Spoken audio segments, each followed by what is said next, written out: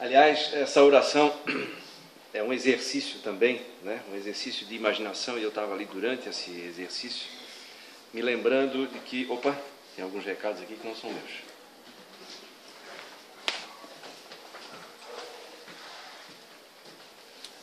Eu lembrei de um físico, e eu trouxe aqui até inclusive um livro dele, o seu Moacir Costa de Araújo Lima. É um físico nuclear espírita, um brilhante palestrante, inclusive palestrou no Fórum Espírita de Blumenau no ano passado, e vai estar de volta esse ano, em setembro. E ele nos fala o seguinte, como físico que é, ele nos comprova nos livros dele que a física quântica hoje já mostra que não é mais a matéria que produz algum tipo de energia, ou que emana algum tipo de energia, e sim o contrário. Hoje já se tem comprovado que são as energias que influenciam a matéria, que na verdade, isso que a gente chama de matéria é uma energia densa, coagulada, compactada, ou seja, não é mais tão matéria assim quanto a gente concebia, né? E que o exercício da imaginação é muito poderoso, justamente porque é exatamente no ato de pensar que nós emanamos energia. Isso já está comprovado, inclusive por exames de imagem, né? Uma série de outras maneiras se comprova, né? Mas uma delas, para aqueles que precisam de algo mais palpável, são por exames de imagem. Se comprova que não só exames de imagem, mas também nós já temos hoje computadores que atendem a impulsos do pensamento. Então, comprova que o ato de pensar realmente produz energia. O que isso tem a ver com autoestima? Já vamos chegar lá.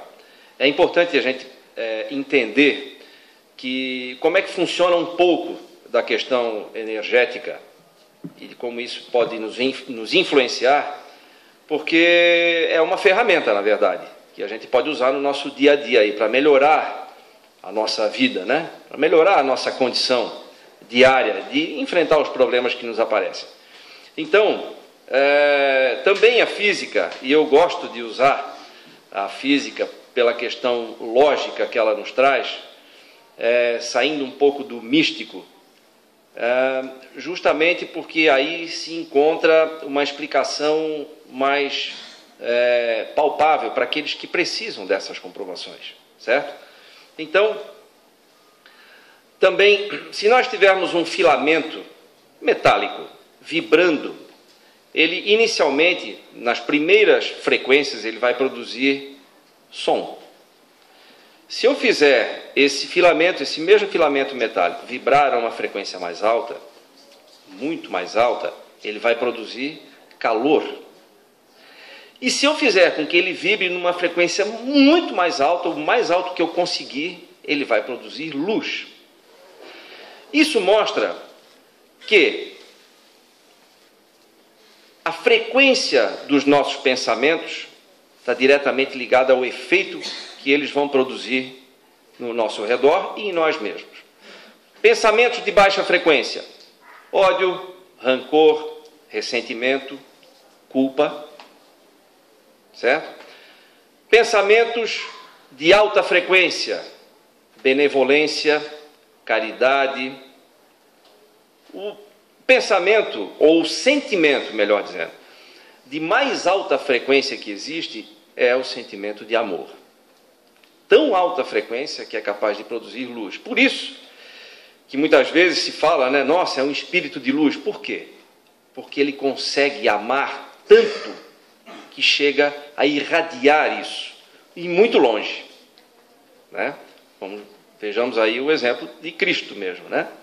É um espírito totalmente de luz que produz essa luz pelo planeta Terra inteiro.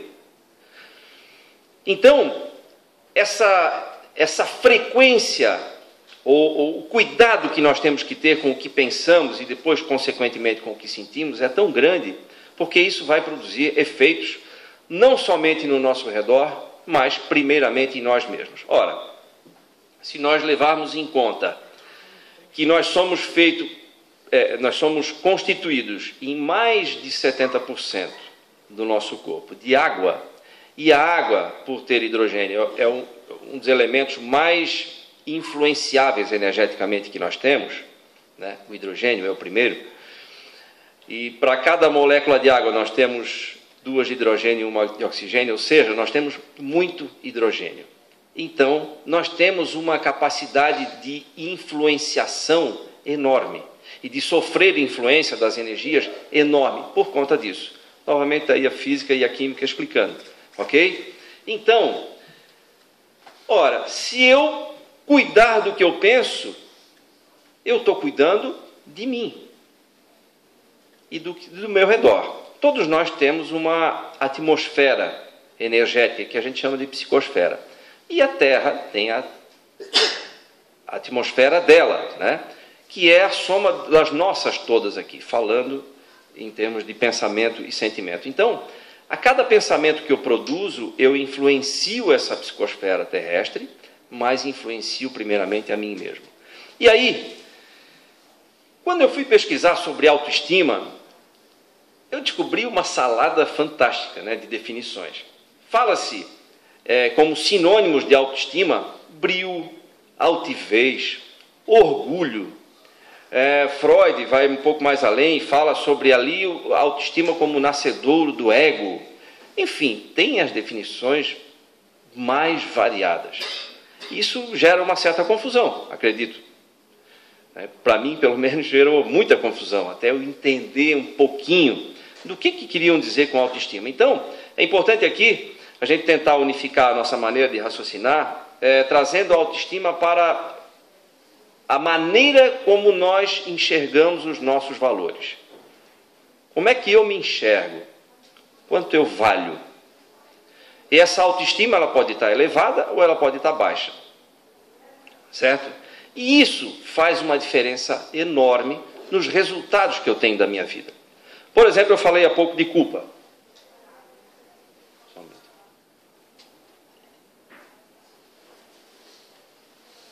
A culpa, por si só, como exemplo, ela é um indicativo, é um termômetro, é um mostrador. Ela mostra, quando eu sinto culpa, eu percebo que alguma coisa eu não fiz errado, não fiz certo. Eu errei em algum ponto. Eu trago esse sentimento de culpa. Errei. E num momento posterior, eu posso sentir um arrependimento. Certo? E algumas religiões, elas nos falam que é importante sentir culpa e seguida do arrependimento. E aí, basta para que eu ganhe um perdão divino. Certo? Sente culpa, se arrependeu, arrependeu. Ok, então basta se ajoelhar e rezar e tal, que o perdão vai vir. Você vai estar perdoado. Né? Faça isso, aquilo, tal e tal penitência, e o perdão será concedido. Mas isso me parece um tanto miraculoso, no sentido negativo da palavra. Porque, na verdade, não existe nada miraculoso. Certo? Não existe o extraordinário, existe o natural que nós não entendemos como funciona ainda. Apenas isso. Mas esse perdão caído do céu, aí sim me parece estranho. E me parece muito mais lógico acreditar que a culpa, assim como um termômetro, como um indicador de algo que não vai bem, algo que eu não fiz corretamente, seguida do arrependimento, que vai fazer com que eu não queira mais cometer aquele mesmo erro, porém, precisa ter aí um terceiro ponto, que é a reparação. Isso é uma contabilidade. Para cada mal que eu fiz, eu preciso reparar esse mal com algo de bom. Outro dia eu estava assistindo uma palestra, um vídeo de uma palestra com o Divaldo Franco, e era perguntas e respostas. E aí, na plateia, uma moça perguntou para ele o seguinte: Divaldo, quando eu era muito jovem, não era uma moça, desculpa, era uma senhora já, mas ela disse, olha, quando eu era muito jovem, eu cometi um aborto e escondido da família. E perfeitamente compreensível, a gente sabe, né? Por pressões da sociedade, da família, ela tinha muito medo do que podia acontecer, das recriminações que ela ia sofrer, e com medo até de ser expulsa de casa, então ela recolheu-se naquele sofrimento enorme, imagina, e procurou, então, algum lugar e provocou o aborto. Procurou por pessoas que pudessem ajudá-lo nesse sentido. E aí ela perguntou se isso tinha reparação. E a resposta do Divaldo: é óbvio que tem. Sempre tem. E aí tem um grande detalhe, né? Uma grande resposta. E sempre tem, e tudo tem reparação. Tudo. Isso, antes de mais nada, é um grande alívio, né? Um grande consolo. A gente saber errar. Todos aqui erraram. E agora eu vou dar uma informação inédita para vocês. Todos vão continuar errando. Ninguém sabia disso, né? Mas vão. Porque o erro, na verdade, são grandes aprendizados. Não são pecados, não é algo que tenha que ser necessariamente pesado. São processos de aprendizado. E quanto maiores os erros, mais caras são as lições, não é assim? Os grandes erros que a gente cometeu na vida não ensinaram muito? Ou porque provocaram grandes danos, né? Ou porque aquela dificuldade gerada nos fez criar uma superação? Mas, de qualquer maneira, foram grandes aprendizados. Às vezes, aí eu volto ali na questão da culpa, esses erros nos deixam tão pesados com culpa e depois arrependimento que a gente esquece de reparar. E aí onde o Divaldo nos fala ali, nesse episódio ali, que tudo é possível de se reparar. Tudo é reparável. E aí que entra a contabilidade. Para cada erro cometido, eu preciso fazer o que para reparar? Eu preciso fazer algo de bom. Nesse caso específico da moça que perguntou para o aborto, ela disse: posso recuperar? Pode. Como? Ele falou: de diversas formas, mas a forma mais direta: engravide novamente. Esse seria o caminho direto. Aí alguém pode me perguntar: mas ela não pode mais engravidar? Se ela não puder mais engravidar, tente outras maneiras. Ou adotar, dar chance para receber um outro espírito reencarnante que passou por uma experiência necessária de abandono. Né? Ou então, se não isso, trabalhe a favor da vida. Mas sempre uma maneira de compensar. Isso é uma contabilidade. E aí, quando eu zero isso, o mal que eu produzi, seja lá por que motivo foi, seja por ignorância ou porque eu ainda estava realmente preso naquelas intenções negativas, não importa o motivo. Mas se para cada mal que eu produzi, eu consegui anular produzindo algo de bom, eu zerei essa conta. O que é isso? Perdão. Esse é o perdão. Não é olhar para o céu e esperar de joelhos, doendo no chão, pedindo simplesmente: eu estou arrependido, eu quero ser perdoado. Para ser perdoado precisa trabalhar. Nós temos uma tendência, né, de achar que as coisas se resolvem num passe de mágica. É assim com perda de peso, por exemplo, a gente prefere um comprimidinho para perder peso do que fazer exercício, cuidar da alimentação, né? A gente prefere ganhar na Mega Sena para ficar milionário do que pensar no que fazer profissionalmente e como fazer, do que ativar as minhas próprias forças e a minha inteligência, botar a serviço do meu trabalho profissional, e aí sim eu almejar uma situação financeira confortável. Eu prefiro, ao invés disso, depositar todos as minhas esperanças e os meus sonhos num bilhete de loteria. Ah, Júnior, mas é proibido jogar então? Não, não é isso que eu estou dizendo. Mas eu conheço muita gente que só sonha quando compra um bilhete de Mega Sena. É disso que eu estou falando. E onde é que está a autoestima aí? A autoestima trata disso, de começar a perceber em si os pequenos progressos, porque todos nós tivemos progressos e estamos tendo diariamente. Muitas vezes a gente não percebe. Então, se a gente não percebe os progressos diários, vamos esticar o prazo de tempo aí. Olhem para trás, há 10 anos atrás ou há 15 anos atrás, quem você era em relação a sentimentos, em relação a convívio social, em relação à questão profissional, em relação à saúde. Muitos vão dizer, nossa, a minha saúde piorou. Ok. Mas comecem a perceber, comecem a fazer esse comparativo consigo mesmo. Quem eu era há 15 anos atrás e quem eu sou agora? Eu consigo ter mais discernimento? Eu sou mais sereno? Eu sou mais amigo? Eu sou mais caridoso? E eu tenho certeza de que pelo menos algum progresso a gente vai perceber. E é importante que a gente perceba esse progresso. Por quê? Porque nós somos movidos a pequenas vitórias. Ah, não, mas não é bem assim que está escrito, Júnior.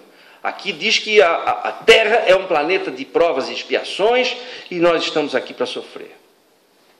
Será que é isso? Qual o problema de a gente ser feliz agora? Qual o problema de querer ter uma vida melhor agora? Não, mas agora não dá. Eu só vou ser feliz quando eu conseguir me casar, ou então quando eu conseguir me separar, né? Eu só vou ser feliz quando eu conseguir aquele emprego. Eu só vou ser feliz quando eu tiver esse específico nível financeiro. Eu só vou ser feliz quando eu tiver filhos. Só vou ser feliz quando meus filhos estiverem criados. E não é isso. Eu estou sempre jogando, ancorando a minha felicidade em algo que ainda não existe, que é lá na frente, no futuro. Eu não sei se eu vou chegar lá.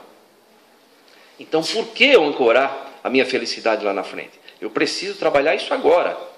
E aí é que vem a importância de eu perceber os meus pequenos progressos, os meus valores, as minhas habilidades e as minhas inabilidades também. Isso é autoconhecimento. Eu vou citar um pequeno exemplo pessoal aqui. Há 19 anos atrás, eu trabalhava com a minha família, trabalhava num dos negócios da minha família, e por dois grandes motivos. Assim. Um deles era que eu queria mais liberdade para poder olhar para onde eu quisesse, enxergar outros negócios, outras possibilidades, ser dono do próprio nariz, resumidamente, né? Mas um dos grandes motivos era o conflito. Trabalhávamos juntos e isso gerava uma série de conflitos. Eu acredito que aqui nunca ninguém viveu isso, né? Conflito familiar, mas eu vivi. É uma coisa muito comum, né? Especialmente para quem trabalha junto, convive muito. E aí eu resolvi que era hora de sair. Bom, ok, vou sair, como é que faz e tal. Isso me gerou assim uma série de dificuldades financeiras especificamente, porque eu saí sem dinheiro e não estava muito habituado a isso, confesso. A estar sem dinheiro, né? Mas aí tive essa felicíssima experiência de saber o que é não ter dinheiro, por exemplo, né? Como aconteceu de eu não ter dinheiro. Eu lembro, na época, um botijão de gás custava R$11. Eu saí de casa porque acabou o gás e voltei para casa sem o bendito botijão de gás, porque eu não tinha o dinheiro para comprar. E aí, ao invés de ficar triste ou perturbado naquela hora, na hora me veio assim, essa eu preciso anotar na minha cadernetinha. Não consegui comprar um botijão de gás. Ótimo, eu lembro disso até hoje, e com alegria. É claro, no dia não foi muito alegre, né? Fiquei especificamente porque o bujão de gás era para o aquecedor, tive que tomar banho frio. Mas valeu como ensinamento e como experiência. Isso que eu falo, que o que acontece de aparentemente negativo na nossa vida é aparentemente mesmo, porque são experiências que nos ensinam. E ali, como eu estava falando, eu precisei então inventar alguma coisa, criar alguma coisa, decidir o que eu ia fazer. E aí, nesse processo, a primeira coisa que aconteceu comigo foi perder a rotina. Eu tinha o hábito de sair muito cedo de casa para ir até a empresa. E aí, um belo dia, eu não tinha mais essa rotina. E aí, eu tinha tempo, que era uma das coisas que eu queria ter. Mas não era exatamente daquela maneira. Mas, com esse tempo, o que eu fiz? Eu estava sozinho com os meus botões, já era casado, mas eu estava sozinho, minha esposa estava trabalhando. E aí, eu comecei a fazer um balanço da minha vida. E uma das coisas que eu sempre me alegrava em dizer é que eu me dava bem com todo mundo que eu conhecia. E aí, naquele momento, naquele balanço que eu estava fazendo sozinho lá, eu percebi que eu já enchia os dedos de uma mão de pessoas de desafetos, pessoas que eu nem cumprimentava mais. O que eu fiz? Logo em seguida, eu comecei a fazer um exercício de perdão mental, com cada um deles. Eu fiz a minha lista mental e comecei, fulano de tal. Por que mesmo? Nem lembro mais, mas puxa vida, que deu tudo certo na vida dele, enfim, tal. Alguns eu abraçava mentalmente, enfim. Fui fazendo um por um. Coincidência, olha que coincidência. O primeiro da lista, num domingo de manhã, eu entrei numa panificadora que eu não lembro se eu já tinha entrado ou não, mas o fato é que eu não frequentava aquela panificadora. E eu entrei, era uma panificadora pequena, de bairro, eu entrei, só tinha 2 portas de entrada, eu entrei por uma e esse cidadão, o primeiro da lista, entrou pela outra porta. Quando nós entramos, o balcão estava vazio, não tinha ninguém para atender. E eu já tinha feito meu exercício de perdão, né? Aí eu olhei para ele e disse assim, vamos fazer o seguinte, eu passo para o lado de dentro do balcão, te atendo, depois eu saio, tu vai lá dentro e me atende, pode ser assim?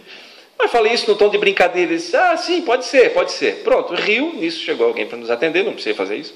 E aí, e pronto, eu não precisei ir lá, fulano, me perdoa por aquilo que aconteceu, ou então tu estás perdoado, né, por tudo aquilo. Não precisei disso. Eu já tinha perdoado. Pronto. E demonstrei naquela brincadeira bobinha ali, para ele que não tinha mais nada. E o sorriso que ele deu foi tão descontraído que também me fez perceber que, pronto, ponto final, nós não nos cumprimentávamos mais. Olha só, detalhe, né? Pronto, a partir dali, 100% eliminado aquilo. E assim foi. O segundo da lista, eu estava numa empresa, na recepção. Nisso, a recepcionista saiu, fiquei sozinho. Entrou uma pessoa, mais o segundo desafeto ali, que eu já tinha também feito esse exercício. E ele queria falar com uma pessoa que eu estava esperando para ser atendido. E aí ele não tinha ninguém para perguntar, só tinha eu. E aí ele ficou olhando assim. Aí eu disse, queres falar com fulano? Quero. Disse, olha, ele vai justamente me chamar, mas aí tu vai no meu lugar, não tem problema nenhum. Meu assunto é rapidinho. Sem problema. Pode ir, eu tenho tempo. Tinha tempo, né? Estava desempregado. E assim, pronto, eu já percebi também, naquele momento, que ele entendeu o recado. E assim fui fazendo com os outros da lista. E o que aconteceu é que foi o mais interessante disso tudo. É que depois disso feito, eu já estava com um projeto, não só mais na cabeça, já estava no papel, eu e mais um amigo, que virou sócio nesse projeto específico. E aí, a partir daquele momento, quando eu finalizei essa lista, eu senti um alívio tão grande, é como se tivesse tirado um peso enorme mesmo das costas. E esse alívio me deu uma velocidade e ampliou tanto o meu campo de visão que eu fiquei assustado com aquilo. Eu disse, nossa Senhora. Aí eu percebi o quanto é importante a gente parar de se comparar. Sabe por quê? Porque aí eu percebia, aí que eu fui notar o quanto eu me comparava muitas vezes com algumas pessoas. Nossa, eu queria estar naquela posição, ali é que está legal. Olha só, ele tem liberdade, tem tempo, tem isso, aquilo. Então o outro lá, o outro já está tocando a vida sozinho, isso. Sabe, ficava me comparando. A partir do momento que eu fiz esse exercício de perdão, sumiu. Foi como se tivesse tirado com a mão mesmo. E aí hoje é que eu entendo a ligação de uma coisa com outra. Quando se fala de autoestima, se fala de um cuidado especial que nós temos que ter conosco. O mesmo Moacir Costa de Araújo Lima, o físico aqui que eu falei para vocês, ele nos diz o seguinte, que o ato de amar é prestar atenção àquilo que se quer, à coisa amada. E Jesus nos fala que nós precisamos nos amar. Isso era outra coisa que me causava uma confusão enorme. Não, espera um pouquinho, eu tenho que me amar primeiro para depois aprender a amar alguém? Isso não é soberba ou não é egoísmo, não? Porque eu escuto muitas pessoas, sou mais eu mesmo. Aí realmente tem um ar aí de empáfia, né? Mas não é nesse sentido. No sentido de amar é prestar atenção. Então, a partir do momento que eu começo a prestar atenção em mim, eu estou exercendo um ato de amor. E isso sim, aí eu entendi como sendo algo saudável. Porque se eu começo a prestar atenção em quem eu sou, nas minhas qualidades e tudo, como, por exemplo, eu fiz ali, eu tinha algo que eu gostava muito de dizer que tinha, eu gostava de sentir aquilo, e de repente eu percebi que já não tinha mais, e tratei logo de recuperar aquilo. E aquilo me fez um bem tão grande, o efeito colateral daquilo, do bem, foi eu ampliar minha visão e perceber que eu não preciso me comparar com ninguém. Aliás, eu não devo fazer essa comparação. Inspiração é outra coisa. Os exemplos, uns bons exemplos especialmente, são fontes inspiradoras e devem ser sempre. Eu preciso ter fontes inspiradoras, porque nem sempre eu estou bem. Nem sempre eu estou bem. Eu questiono aqueles que dizem assim, eu estou sempre motivado. Eu duvido que alguém esteja 100% do tempo motivado. Agora, entendo que uns sempre estão mais motivados que outros. E geralmente não. Sempre são quem? Quem tem uma autoestima elevada. E a autoestima elevada não deve ser baseada no elogio do terceiro. Nossa, como você está bonita, que cabelos lindos, como você emagreceu. Não é isso. Porque isso tudo passa. E isso é a visão do outro. Eu não estou interessado na visão do outro. Porque a visão do outro pode mudar. Do dia para a noite. Se ele não estiver bem, ele pode achar, nossa, está tão magra, né? Está doente?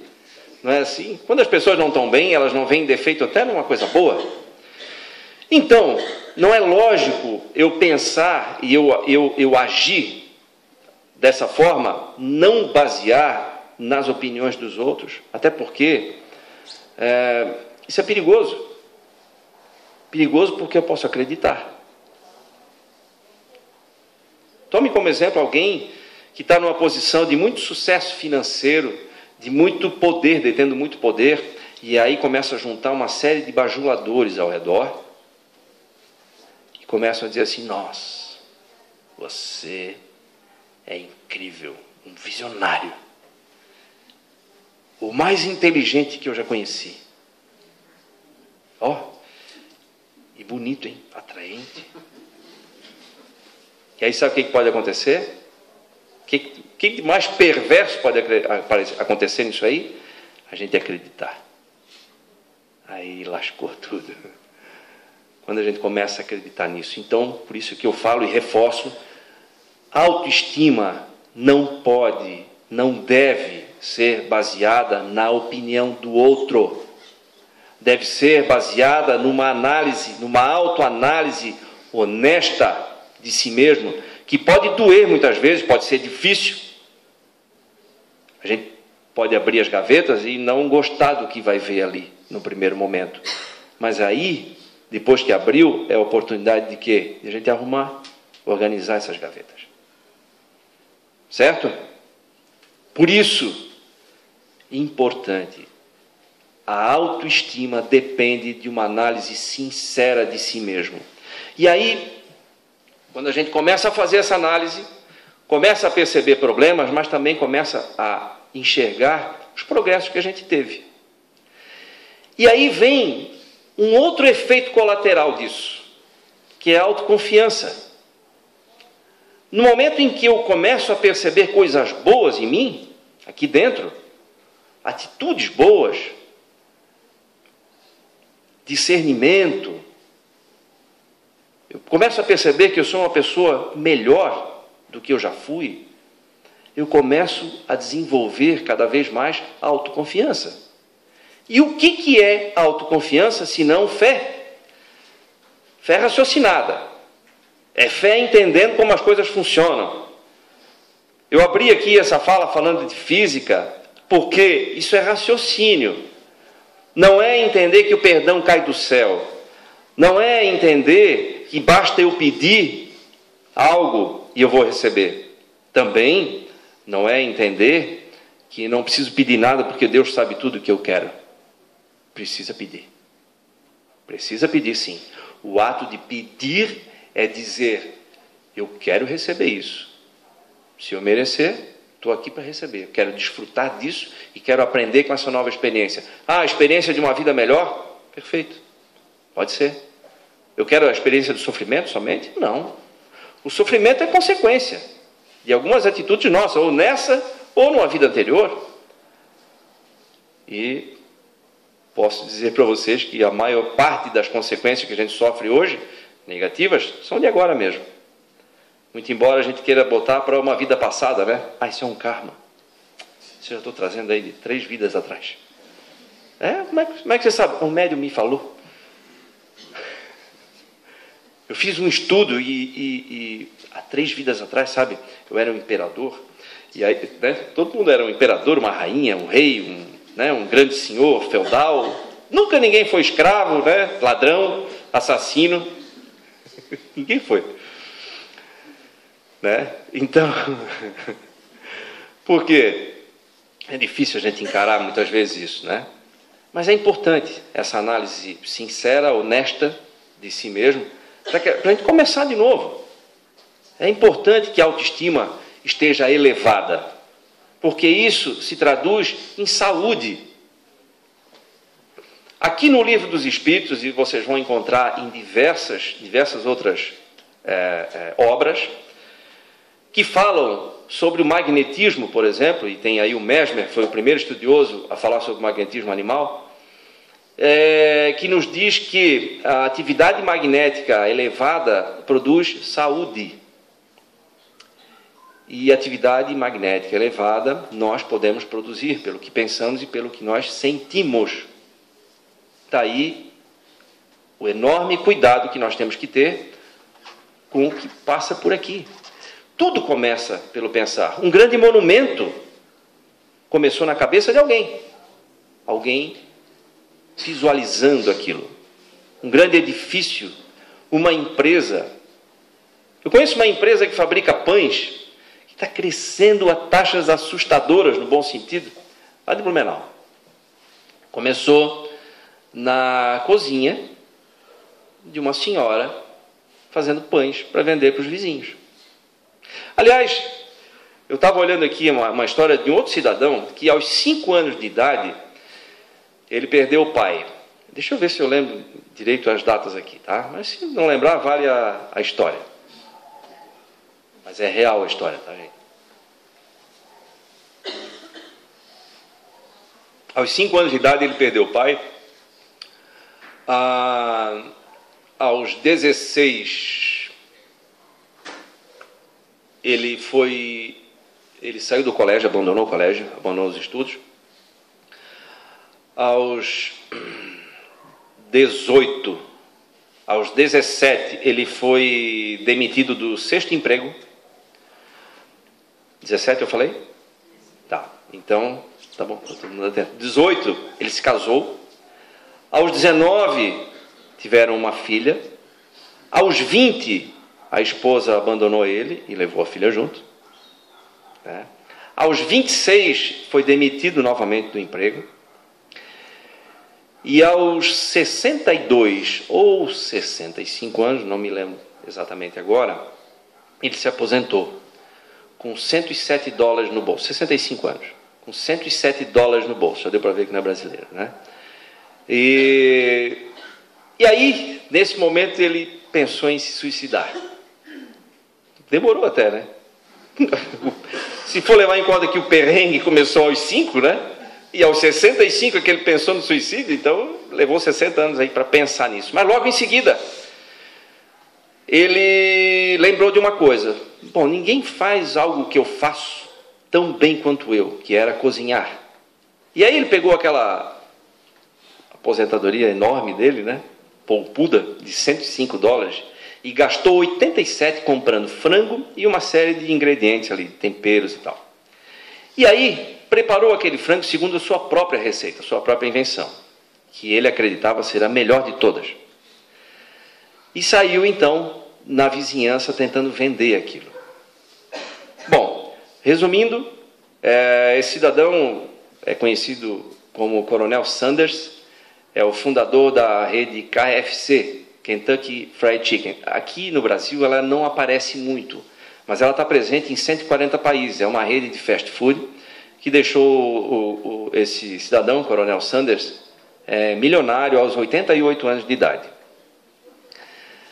E eu chamo a atenção aqui, não é para a questão do milionário, né, questão financeira, nem para a questão da capacidade de realização dele, mas para mostrar que as coisas começam sempre pequenas, começam sempre muito sutis. A física quântica nos comprova que hoje é o sutil que molda a matéria e não o contrário. Então tudo começa pela parte mais sutil de todas, que é o pensar. É aqui que eu começo a juntar as energias e dou forma inicialmente no meu pensamento. Depois isso vai se materializar. Como qualquer coisa. Qualquer empresa que vocês conhecem nasceu do pensamento de alguém, de um. Esse um influenciou um outro, e assim outros. Depois a soma dessa energia toda produziu aquele efeito e continua produzindo. Certo? Então, e aí me chama a atenção, não para a questão financeira, não para a questão da capacidade de realização, como eu falei aqui, mas para isso, como começa sutil, como tudo começa sutilmente, tudo. E é aí que entra uma coisa, um ponto fundamental na questão da nossa autoestima, se nós queremos também. Um outro ponto, eu falei aqui de perdão, falei de realizar, falei do cuidado do pensamento. Projetos. Todos nós precisamos ter um projeto na vida, ou vários projetos na vida. Não precisa ser de ordem profissional, mas se for, prepare-se para isso. Não adianta eu querer mudar de emprego, querer um salário melhor, se eu não me preparei para isso. Aí eu estou esperando igual o perdão cair do céu, estou esperando algo milagroso. Ao passo em que, se eu me preparar, esperando que eu vou receber novas oportunidades, aí sim isso vai acontecer. E se eu fizer isso com amor? Nossa, o que o amor tem a ver com questão profissional? Tudo. O amor tem que estar fazendo parte de tudo na nossa vida. Sabe por quê? Quando Jesus nos falou que o amor é algo mais importante que nós temos, ou seja, então, amar ao vosso irmão, assim como nós amamos a nós mesmos, não exatamente nessas palavras, ele nos mostra que o sentimento de amor é o mais importante. E nós já vimos aqui que o sentimento de amor é o que produz luz. Gente, eu estou passando do horário? Quanto tempo eu tenho? Mais 10. Ah, obrigado. E quando, então, eu peço e ajo de acordo com esse amor, o que vai acontecer? Por exemplo, se eu fizer uma oração pedindo, por favor, me ajudem, eu não quero mais esse sentimento ruim, negativo em relação àquela pessoa dentro de mim. Eu não quero mais isso. Eu não quero mais isso. O que eu estou pedindo? Eu estou pedindo para me ajudarem, meu guardião, Jesus, seja lá que espírito amigo for, ou quantos forem, eu estou pedindo para me ajudar a amar. Ora, se amar é o principal ensinamento que ele nos deixou, eu estou pedindo exatamente o que ele quer que eu faça. Se eu estou pedindo exatamente o que ele quer que eu faça, eu não vou ser ajudado? Vai ser a maior ajuda que eu vou conseguir. A maior ajuda, e tem que perseverar. E aí, voltando na questão da motivação, muito mais importante do que estar motivado todo dia é criar uma disciplina. Porque não é a motivação que vai me sustentar, é a disciplina que vai me sustentar. Porque naquele dia que eu não tenho vontade, mas eu devo fazer, é a disciplina. Foi o hábito que eu criei que me sustenta nessa tarefa. Seja qual for a tarefa que eu quiser para a minha vida. Seja qual for o projeto que eu criei. Crie um projeto. Seja trabalhar voluntariamente numa casa espírita, numa igreja. Seja um novo relacionamento. Eu quero melhorar a minha questão conjugal. Isso é um projeto. Crie um projeto. Eu quero melhorar a minha questão de saúde. É um projeto importantíssimo, por sinal. Meu projeto de saúde, eu quero parar de tomar aquele monte de remédio. Eu quero melhorar a causa e não quero ficar tratando os efeitos. Que hoje aí, a nossa indústria farmacêutica tão danosamente nos faz acreditar que tudo pode ser resolvido com um comprimido e não trata a causa. Mas foi apenas um parênteses aí. Então é fundamental que eu me trate com amor, que eu cuide de mim, que eu preste atenção em mim, no que eu estou fazendo. Isso é amar. Isso é se amar. Não é aquela história de, como se diz, beijinho no ombro, né, e tal. Nossa, gente, isso é coisa de criança. Sou mais eu. Infantil. Me desculpe.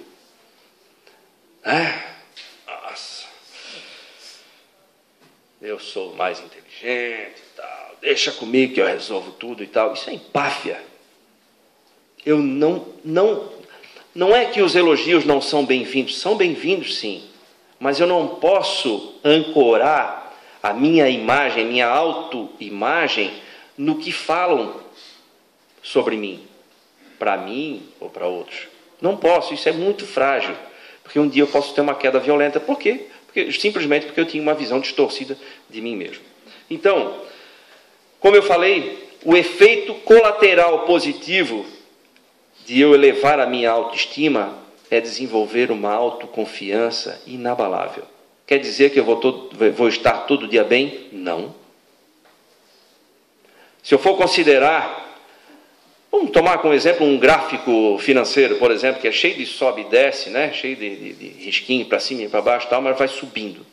A nossa vida é mais ou menos isso. Não é uma subida linear, mas é uma subida sempre. Isso é a lei do progresso. Está aqui.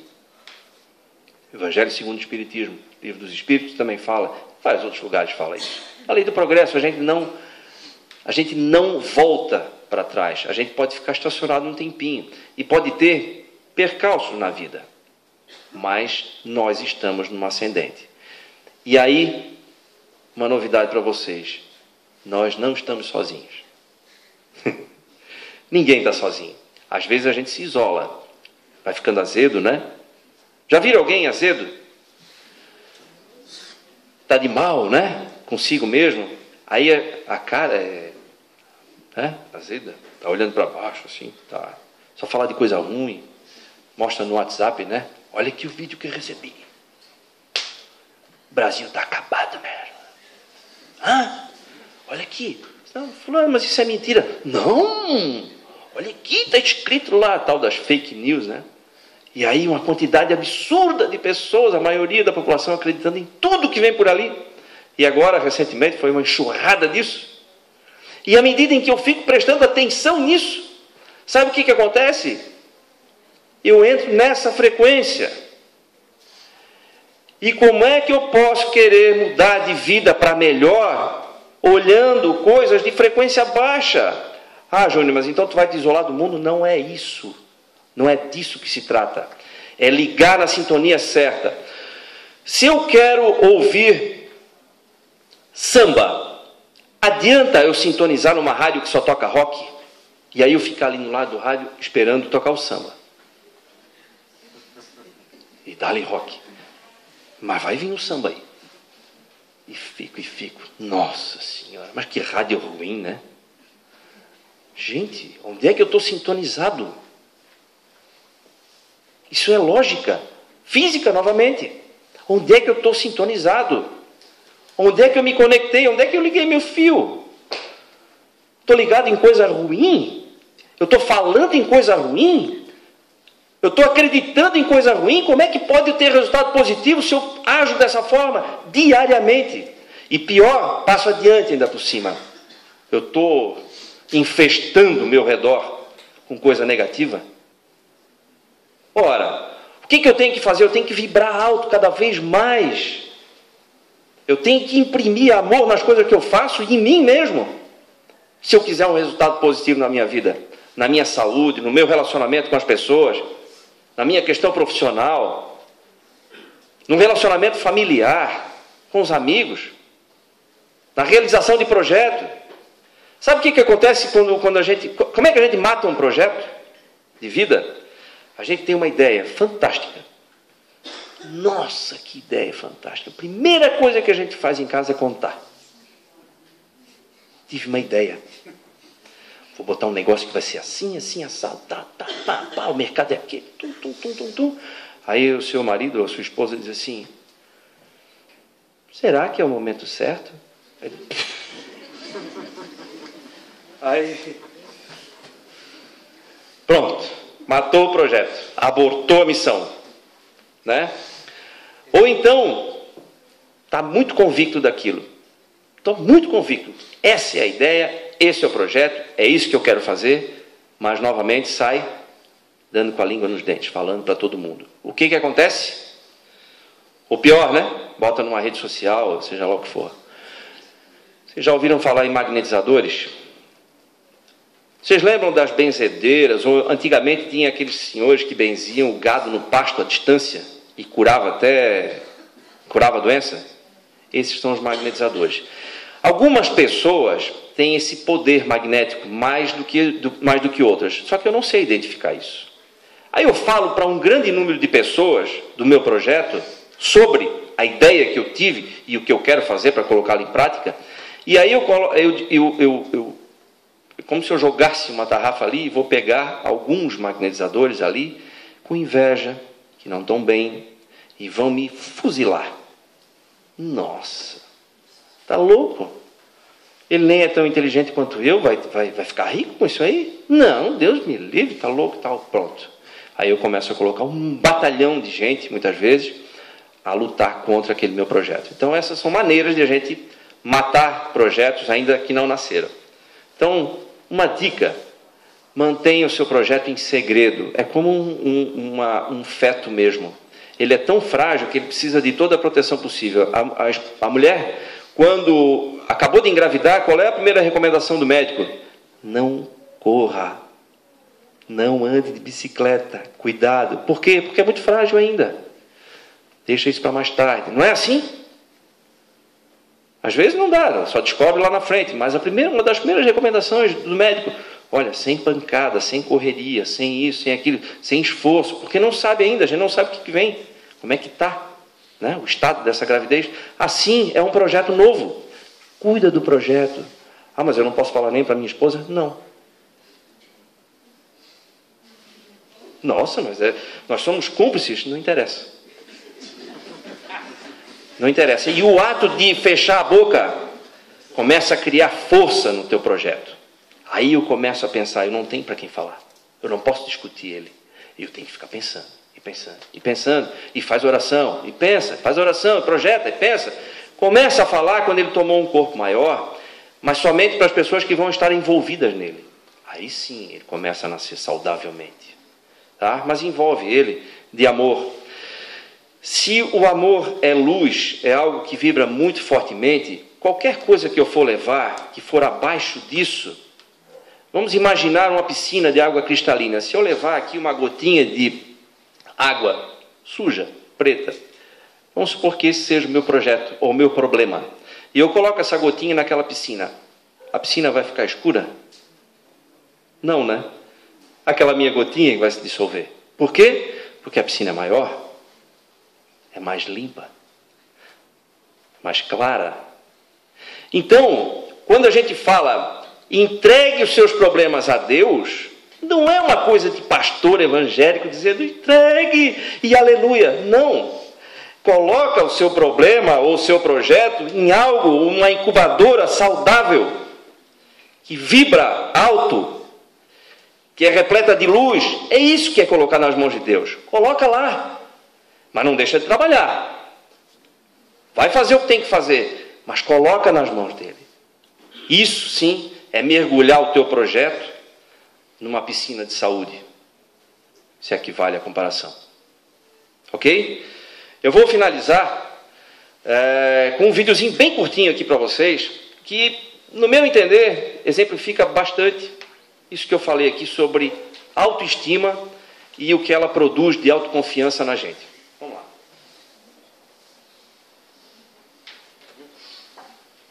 Opa.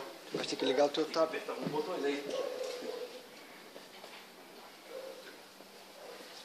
O som já tá aqui? O que ele tinha feito aqui?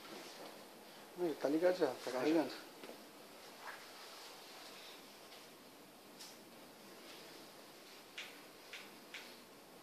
Quer desconectar o carro e botar novamente? Pode ir aqui. Foi o que ele dele.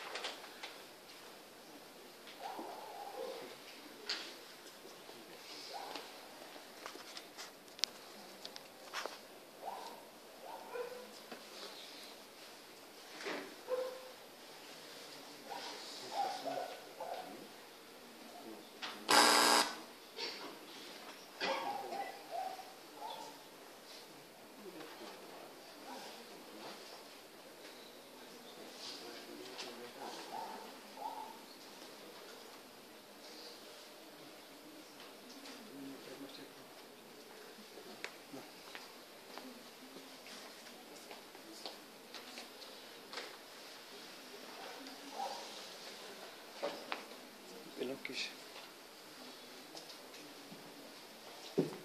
Agora sim, agora pode tirar aí.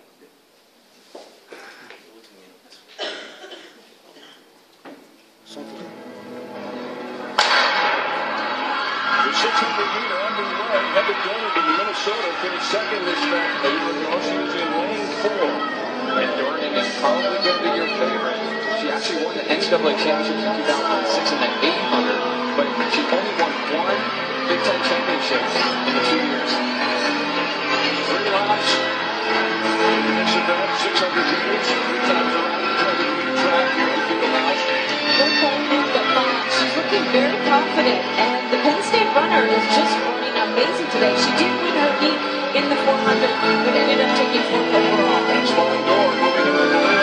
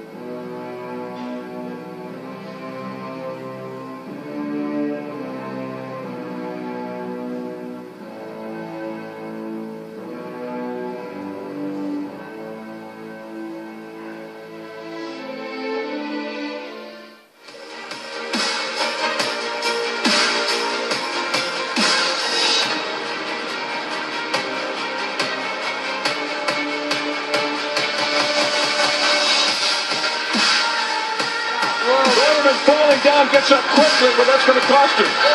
Lucky she wasn't injured. Her teammate just went to the front though, so they may be able to recover from that. And Dorgan is flying down the back. She is catching up. She is going to catch Von Dor, and she may catch the leader. Wow. She's got Vaughn. This is a gutsy effort by Donovan.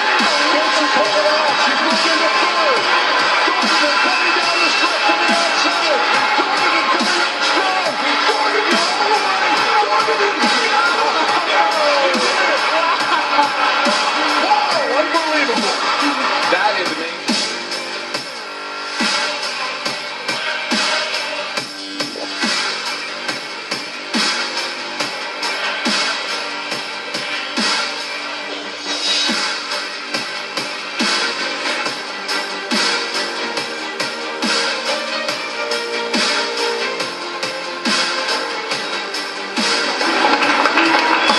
I think we're going to hear pretty soon too, Eddie. Congratulations.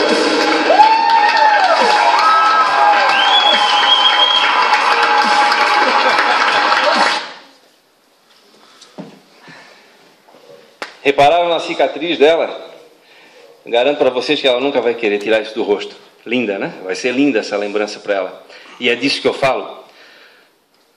Essas quedas que a gente tem devem servir para nos agitar. É como se fosse uma lâmpada do gênio. Chacoalha para ver se sai a fumacinha ali de dentro. Quando acontece alguma coisa, uma queda brusca na nossa vida, aí são os momentos mais importantes. E é aí onde, quando a gente se esforça para levantar, a gente levanta com mais força, porque a gente não está sozinho, tá? A torcida toda querendo ver aquela grande recuperação ali. Então, quando nós estamos no momento de queda, nós precisamos lembrar que é apenas um momento de queda. Que a partir dali vem o melhor. E que a gente não está sozinho nunca. Ok? Obrigado, gente.